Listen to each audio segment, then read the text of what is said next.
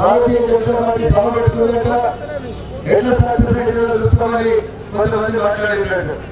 కానీ గజ్వేల్ పట్టణంలో 10 సంవత్సరాల నిరంకుశ పాలనకి వ్యతిరేకంగా ఈ రోజు గజ్వేల్ పట్టణంలో ఇంత పెద్ద సంఖ్యలో ఇక్కడికి ప్రజలు వచ్చినట్టే భారతీయ జనతా పార్టీకి ప్రజల నుంచి వస్తున్నటువంటి స్పందన ఎట్లుందో ఒకసారి అర్థం చేసుకోవాలి.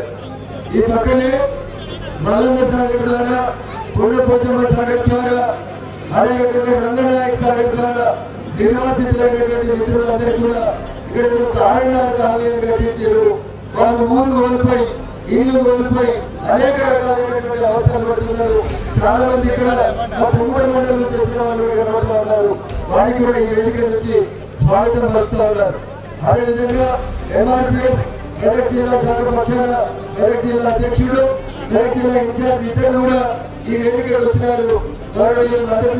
గారి ఆదేశాల మేరకు ఈ రోజు భారతీయ జనతా పార్టీ తలపెట్టినటువంటి ఈ విజయ సంకల్ప యాత్రలో మేము కూడా సంఘీభావం తెలియజేస్తామని ఇక్కడికి విచ్చేసినటువంటి ఎంఆర్పిఎస్ తెలంగాణ మంత్రులందరూ కూడా పేరు పేరున నమస్కారాలు తెలియజేస్తా ఉన్నారు, తెలియజేస్తా ఉన్నారు.